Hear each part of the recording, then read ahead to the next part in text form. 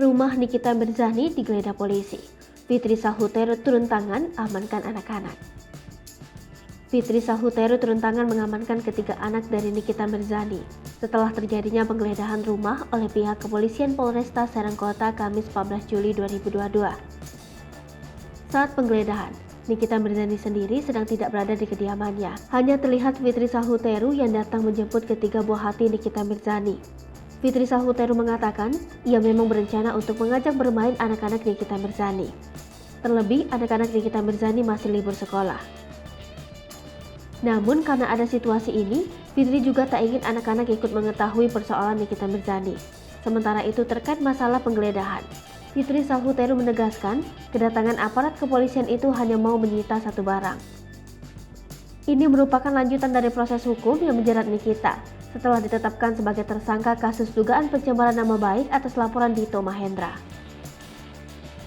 Nikita Mirzani heran surat penetapan tersangkanya beredar. Sebelumnya beredar surat yang berisikan keterangan bahwa status Nikita Mirzani sebagai tersangka. Tetapi saat dikonfirmasi, wanita yang akrab disapa Nyai ini justru mengaku belum tahu adanya peningkatan statusnya itu. Nikita cukup heran dengan keberadaan surat tersebut yang menetapkan dirinya sebagai tersangka. Menurut ibu tiga anak ini, ia baru menerima surat pemanggilan sebagai saksi.